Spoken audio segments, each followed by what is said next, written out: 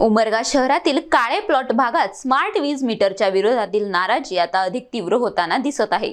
वाढीव वीज बिलांचा फटका बसत असल्याचा आरोप करत भाजपच्या नगरसेविका दुर्गाताई इरण्णा धोत्रे यांनी महावितरणाच्या उपविभागीय अभियंत्यांना निवेदन देत जुने मीटर पूर्ववत बसविण्याची मागणी केली आहे।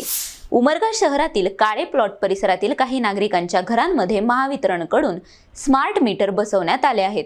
मात्र हे मीटर बसविल्यानंतर वीज बिले पूर्वीपेक्षा अधिक येत असल्याचा दावा नागरिकांनी केला आहे। याच पार्श्वभूमीवर नगरसेविका दुर्गाताई इरण्णा धोत्रे यांनी आपल्या प्रभागातील महिलांचा मोर्चा महावितरणच्या उपविभागीय कार्यालयावर चढविला व अभियंत्यांना निवेदन सादर केले। या निवेदनात स्मार्ट मीटर काढून त्याऐवजी पूर्वीचे जुने मीटर पुन्हा बसविण्याची मागणी करण्यात आली आहे। तसेच वाढीव वीज बिलांमुळे सामान्य नागरिकांवर आर्थिक ताण येत असून या प्रकरणात प्रशासनाने तातडीने सकारात्मक निर्णय घ्यावे अशी मागणी करण्यात आली आहे। विशेष म्हणजे निवेदनात 15 दिवसांच्या आत मागणी मान्य न झाल्यास लोकशाही मार्गाने तीव्र आंदोलन छेडण्याचा इशाराही देण्यात आला आहे।